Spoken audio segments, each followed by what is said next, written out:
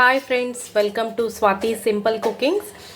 ಇವತ್ತು ನಾನು ರಂಜ್ಕ ಮಾಡ್ತಿದ್ದೀನಿ. ಇದಕ್ಕೆ ಕೆಂಪು ಚಟ್ನಿ ಅಂತಲೂ ಹೇಳ್ತಾರೆ. ಇಲ್ಲಿ ಆಲ್ಮೋಸ್ಟ್ ನಾನು 1 kg ನಾನು ಹಣ್ಣುಮೆಣಸಿನ್ಕಾಯಿ ತೊಗೊಂಡಿದ್ದೀನಿ. ಇದನ್ನು ಚಿಕ್ಕ ಚಿಕ್ಕದಾಗಿ ನೀರಿಲ್ಲದೆ ಇರೋಂಗೆ ಎಲ್ಲ ಕಾಟನ್ ಬಟ್ಟೆಯಲ್ಲಿ ಒರೆಸ್ಕೊಂಡು ಚಿಕ್ಕದಾಗಿ ಪೀಸಸ್ ಎಲ್ಲ ಕಟ್ ಮಾಡಿ ಇಟ್ಕೊಳ್ಳಿ. ಇದಕ್ಕೆ ರುಚಿಗೆ ತಕ್ಕಷ್ಟು ಉಪ್ಪು, ಒಂದು ಅರ್ಧ ಬಟ್ಟಲು ತೊಗೊಂಡಿದ್ದೀನಿ ನಾನು. ಇದು ಜೀರಿಗೆನ 1 ಸ್ಪೂನ್ ಜೀರಿಗೆನ ಹುರಿದಿಟ್ಕೊಂಡಿದ್ದೀನಿ. ಇಲ್ಲಿ 250 ಗ್ರಾಮಷ್ಟು ಹುಣಸೆ ಹಣ್ಣನ್ನು ಕೂಡ ಇಟ್ಕೊಂಡಿದ್ದೀನಿ. ಇಲ್ಲಿ ಮೆಂತೆ 1 ಸ್ಪೂನು ಮತ್ತು ಸಾಸಿವೆ 1 ಸ್ಪೂನು ಹುರಿದು ಇಟ್ಕೊಂಡಿದ್ದೀನಿ. ಇದಿಷ್ಟು ಇಂಗ್ರೀಡಿಯೆಂಟ್ಸ್ ಬೇಕಾಗಿರೋದು. ಇದು ಯಾವ ಫ್ರೈ ಮಾಡೋಂಗಿಲ್ಲ, ಏನೂ ಇಲ್ಲ. ನಾನಿಲ್ಲಿ ಇಂಗನ್ನ ಬಳಸಿ ಮಾಡ್ತಿದ್ದೀನಿ, ಹಾಗಾಗಿ ನಾನು ಹಿಂಗೆ ಹಾಕ್ತಿದ್ದೀನಿ. ಬೆಳ್ಳುಳ್ಳಿ ಹಾಕೋದಾದರೆ ಇಂಗು ಸ್ಕಿಪ್ ಮಾಡಿ ಈ ಜಾಗಕ್ಕೆ ಫೈನಲ್ ಆಗಿ ನಾವು ರುಬ್ತಿರ್ತೀವಲ್ಲ ಆ ಸ್ಟೇಜಲ್ಲಿ ಬೆಳ್ಳುಳ್ಳಿ ಹಾಕ್ಬೋದು. ಇವಿಷ್ಟೆಲ್ಲನೂ ರುಬ್ಕೊಂಡು ಬರೋಣ.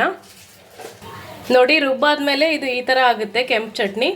ಇದು ನೀವು 3-4 ತಿಂಗಳು ಕೂಡ ಸ್ಟೋರ್ ಮಾಡಿ ಇಟ್ಕೋಬೋದು ಫ್ರಿಜ್ಜಲ್ಲಿ.